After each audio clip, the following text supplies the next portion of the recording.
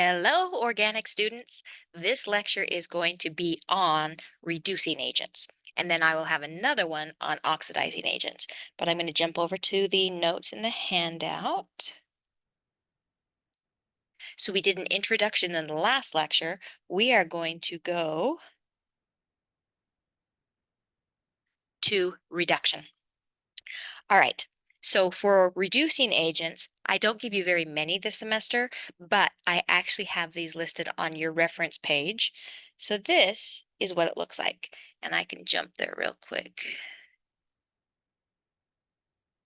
All right, this is actually from your reference page. It happens to be on the bottom, okay?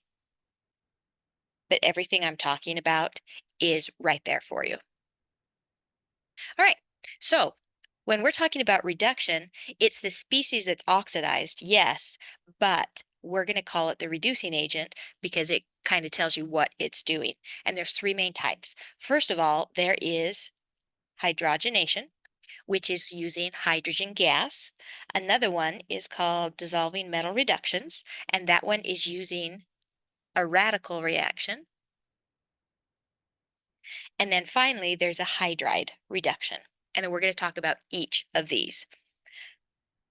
I will come back to this, but I wanted to point out this is the reagent and it does all of those. Okay, so this is the reagent and it does all of those. But when there's multiples, these two go with that one.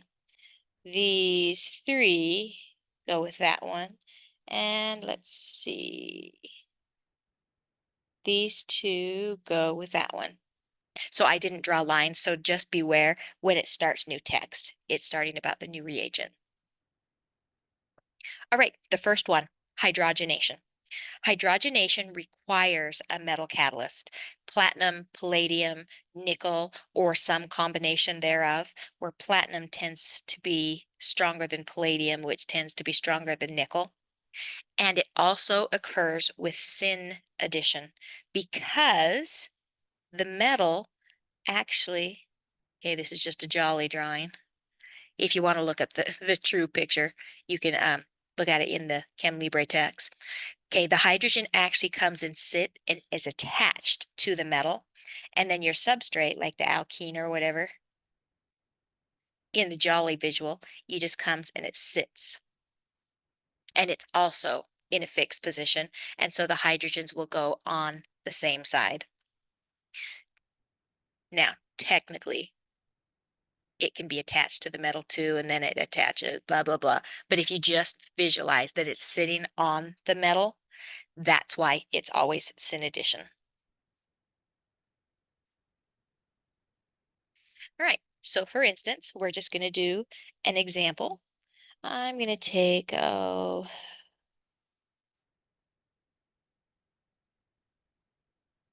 now I didn't draw it as cis or trans right now.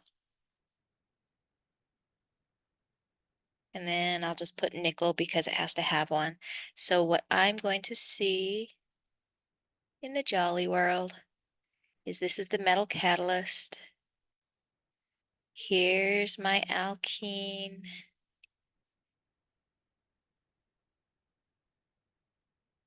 And kind of a little concerted reaction.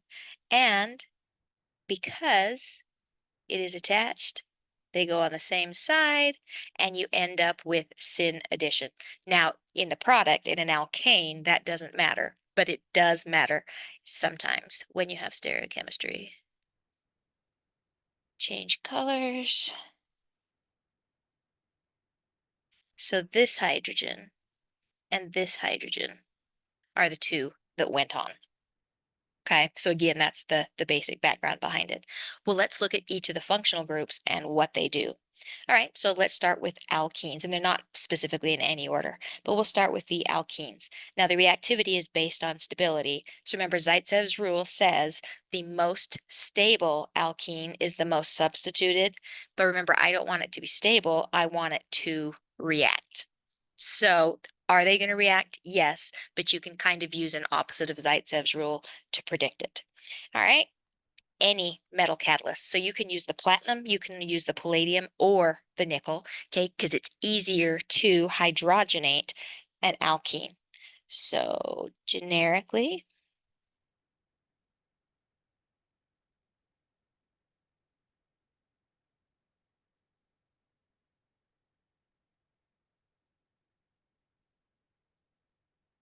you could just say this. All right, an alkene under hydrogenation will actually, whoops, there's a little two there.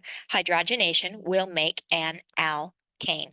So if we wanted to put it into words, that's the way we would do it. And don't forget you have those little notes that I made you, those note cards that has this on it. So remember, one set is words and one set is reagents. And so that's one way to keep them straight. Okay, a specific example is the one that I did above.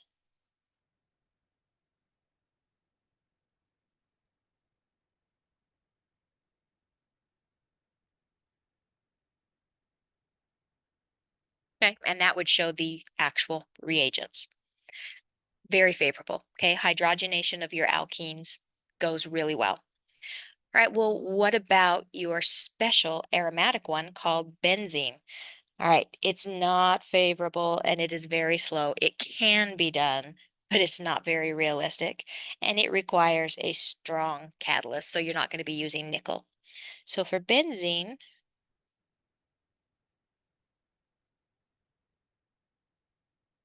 it would look like this. After a long, long, long, long, long time, you would end up with cyclohexane. Again, I'm giving it to you on paper. It's not very realistic when you're trying to synthesize things. All right, so there's our alkenes, there's our benzene. Well, what about our alkynes? Now remember, the alkynes have two pi bonds so that we could do this twice. Now, I put a little note right here. On paper, I could limit the amount of hydrogen and I could stop at an alkene. Okay, I'm putting it on paper just like this benzene. Sure, it looks great here, but it's not very realistic. But that is one way to limit it. All right, so alkynes. Two pi bonds to give. So hydrogen, it takes a little bit stronger, so usually platinum or palladium. And you're going to again end with an alkane. And they did add on syn addition. But again, if we're making an alkane, it doesn't really matter. So there is the complete reaction. Okay. Well, what if we don't want to go to the complete reaction? What if we want to stop? And I know there's a little room right here, but I'm going to go to my whiteboard because it gives me a lot of room. All right. What if you want to stop? All right. So I'm going to take this wonderful alkyne and I want to make an alkene. All right, the first way that I told you about is to limit the amount of hydrogen gas. Okay, that's a bad way. It's very difficult to say, oh, you only get 1 mole of hydrogen gas, so only you get to react. Okay, that's not really the way it works, but on paper. So 1 mole of hydrogen gas technically would make the alkene.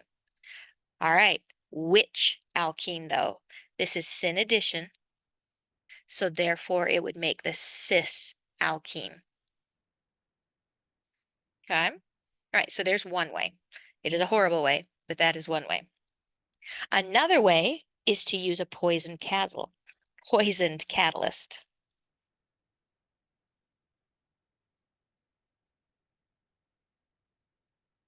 Now, there's two that we're going to use. One is called Lindlar's,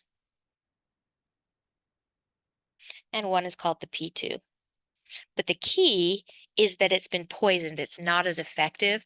So basically visualize it as, hey, I'm good enough to get the reaction going, but I'm not strong enough to let it complete.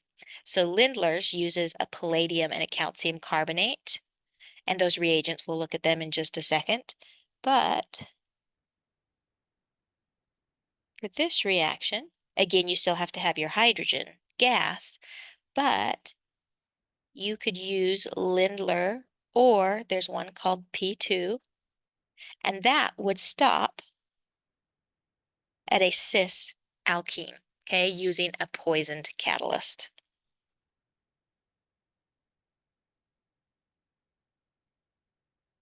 All right.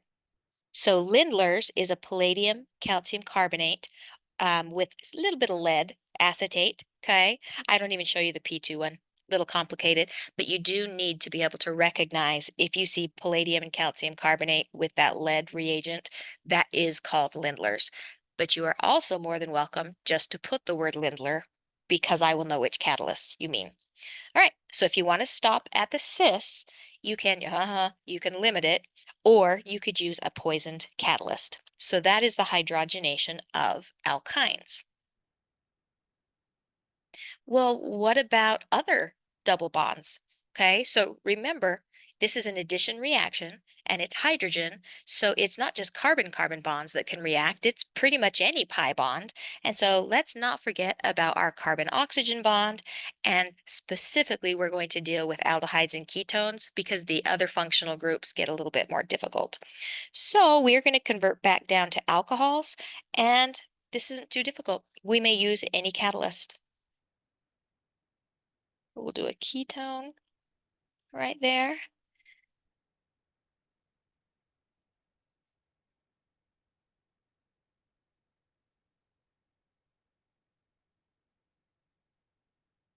And different color. This hydrogen and that hydrogen are the ones that came on from the hydrogenation. And if you have a ketone, that's going to end up with a secondary. And if you had an aldehyde,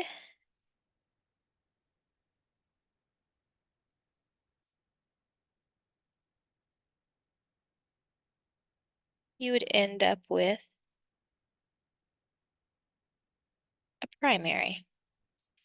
So again, it's this hydrogen and this hydrogen that was added. Right. So don't forget hydrogenation likes pi bonds, not necessarily just carbon-carbon bonds. Right. So there's your hydrogenation. And our problems for this is, hey, hydrogen and platinum, will that work for this alkyne? And then you can do the reactions right here. Let's try, this one.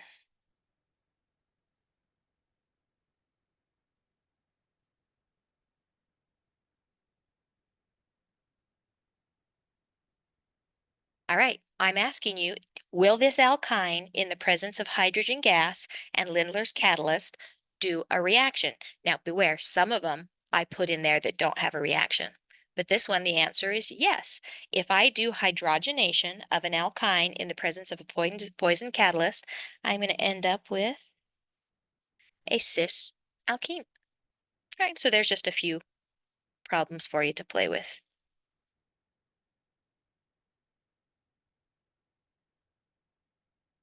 I'm questioning maybe I should stop it and have that video really tiny. No, I'm just going to keep going. All right, our next stage is dissolving metal reductions. Boy, I'm really tempted to just end that one. You know what? I will. So that's the end of this video, and then I will start dissolving metal reductions on another video. Okay, until next time, jolly out.